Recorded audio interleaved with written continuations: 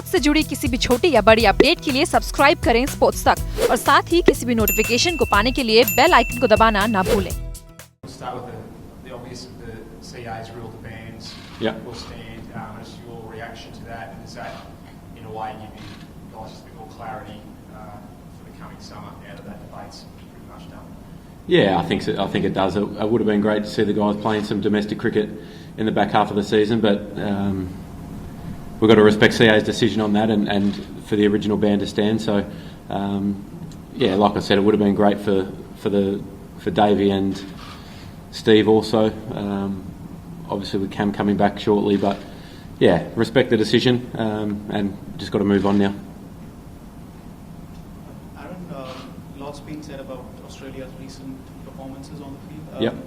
Do you think, and of course India's strengths as well, so do you think this format is the best opportunity to dispel all that and say, okay, make a strong statement that you are still a force to be reckoned with? Especially, is this the best format to start off things against India? Yeah, absolutely. I think that although we lost in the UAE against Pakistan, who are a very good T20 side, I think we played some really good cricket in Zimbabwe. We played some great cricket in the Tri-Series against a really good England and New Zealand side last year. We're still very confident in this format. India have been in great form in all forms of the game for a long time now. So I think it's going to be a great opportunity for us to come out and express ourselves, play some aggressive attacking cricket and take the game on and really try and take it to India. Aaron, just a T20. With the pitch out there and fast bouncy pitch and Billy Stanlake and Coulter, can you just open up with maybe a few tomorrow night? Yeah, I didn't have a real close look at the wicket, but traditionally it's a nice pace in the wicket. It's decent bounce. So I think most of the Indian guys have been here before and know what to expect. So I don't think it's, with so much cricket being played these days, it's not as foreign as probably what it was going back some time. So there's obviously an opportunity to use that as our go-to, no doubt. And like I said, it's going to be an exciting series. India are in great form, and we feel as though we've been building really nicely without getting them results go our way so far. So it'll be good fun. Aaron, is this a chance to put the team to then look at the Test series? Can you get momentum heading into the Test series in these three games? Yeah, absolutely. I think that when T20s are a fast-paced, short game, obviously. So at times it can take one bit of brilliance with the bat or with the ball. Sometimes even a play in the field can change the momentum and change the dynamic of a whole game or a whole series. So I think that's a great advantage for us to be able to start off in this format against India.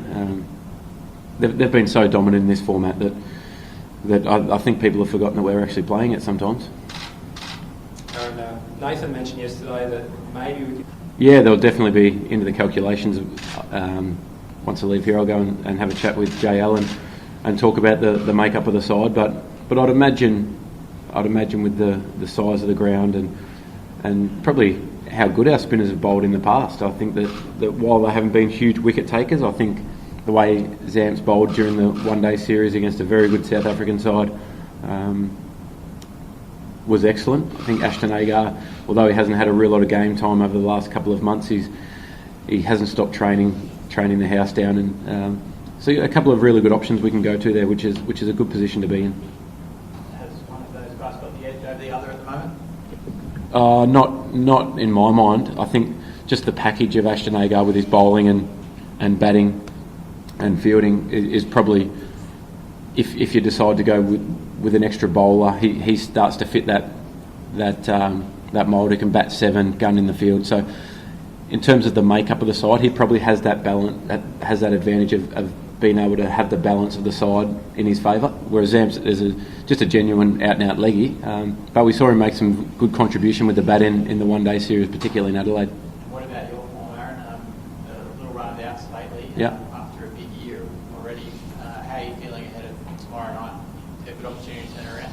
Feeling very good, actually. I've, for the last couple of days, hit a lot of balls and started to feel like there's some rhythm coming back into my game. It's obviously when when you've been playing non-stop, it can be difficult to try and get an amount of training time in to keep working on your game and probably adjust some things that might need a little bit of tinkering. So I think having these last few days to be able to get a couple of really long hits in and start to feel like my technique and everything was coming back to normal. But I don't feel like I was batting badly in the one-day series. I think I played a poor shot in the last game, chopped on in Adelaide, and should have reviewed one in Perth. So I think when that kind of stuff happens when you're going through a little tough patch, but it won't last long.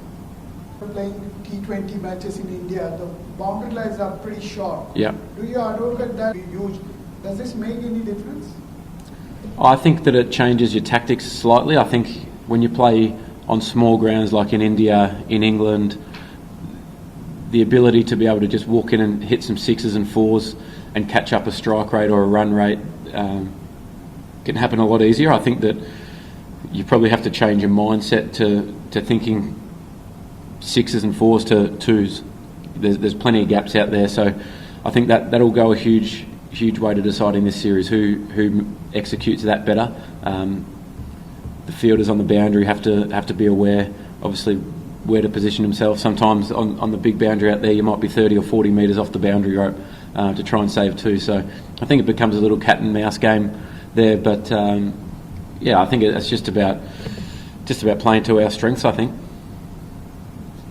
Just going back to maybe get into T20 cricket, just from your personal point of view, how difficult has that been? It's been probably difficult. Being home for 2 weeks in 8 months is tough. So I think at times that starts to wear you down a bit mentally more than anything. So it was great to have 2 days at home last week after the Perth. Before this. I don't know when it was, but that was really good to just get home for a couple of days and refresh and recharge the batteries and be able to come up here with a clear mind again. I think, like you said, being on tour for so long, it can just get a little bit, days just roll into one, and you wake up, you go to training, you do your recovery. So it was great to get home and ready to go again. Aaron, as captain, treat him just like everyone else. No, I think it's you can't underestimate anyone in the Indian side. I think obviously Virat's probably the best player in the world at the moment, and has been for some time in the two shorter formats in particular. So I think they've got dangerous guys all through their innings. You got guys who have made double hundreds in one day cricket. I've played so much T20 cricket and are so experienced that if you take them for granted, they will hurt you badly. So there's obviously been a little bit of focus around Virat, but none more than Rohit or Shikhar or KL or any of these guys that can be as damaging as anyone on their day. Hi. Your thoughts on India's bowling attack up against your batting side? Because in the games against UAE, there were chances that when Maxwell was going big along with you, there were chances that you could win the game. So, yep. But then the wickets fall off quickly. Your thoughts on India's bowling attack and what changes have you done? Anything which we can see different? India's obviously got a very good bowling attack now. I think with the amount of pace options that they've got mixed in with their finger spin and their leg spin bowlers, I think it's a really well balanced attack. We saw in England how effective they can be in the Test series when they got it right with the ball, and it's going to be no different here. I think that when you look at India in the past, you might have seen that as a bit of a weak link, but now I think that they have every base covered through their list. So that's going to go a long way to deciding the games as well. Who plays better in the power play? Whether they go with the finger spin of Sundar or with the quicks who can move the ball up front, it's going to be a good contest. And in terms of our batting, I think that it's just about trying to minimise that damage when it does happen. I think that when we have, or when a new batter's come in, it seems to take a little bit of time to get a partnership going, or it's back-to-back wickets. So, and in T20 cricket, that's where you lose a lot of your momentum. They talk about it being a 10-run swing per wicket. So if you keep losing back-to-back wickets, that can store your momentum. So I think it's about making sure that we're as sharp as we can be when we first come to the wicket, and make sure we're communicating well with our partner, and getting into partnerships, and by doing that, that's when you put pressure back on the opposition. With all the commentary in the last... It certainly hasn't been a topic of discussion in the change rooms. I know you might chat about it sitting around having a coffee and what you think about it, but no, like I said before, it would be great for them all to be back playing domestic cricket at the least, but that's not going to happen, so we have to respect that, and I think like when the bans were handed down, they accepted it, and I think we've just got to move on now. It's all done. Aaron, Australia's reputation at all costs. Would you say our culture's changed in any way, or they're getting a win? No, it's still as intense and desperate to win, no doubt. I think that it's about going about that the right way, and playing hard is a part of the Australian way of doing it. For different people, that means different things. It might be the intensity that you go about it. It might be your body language.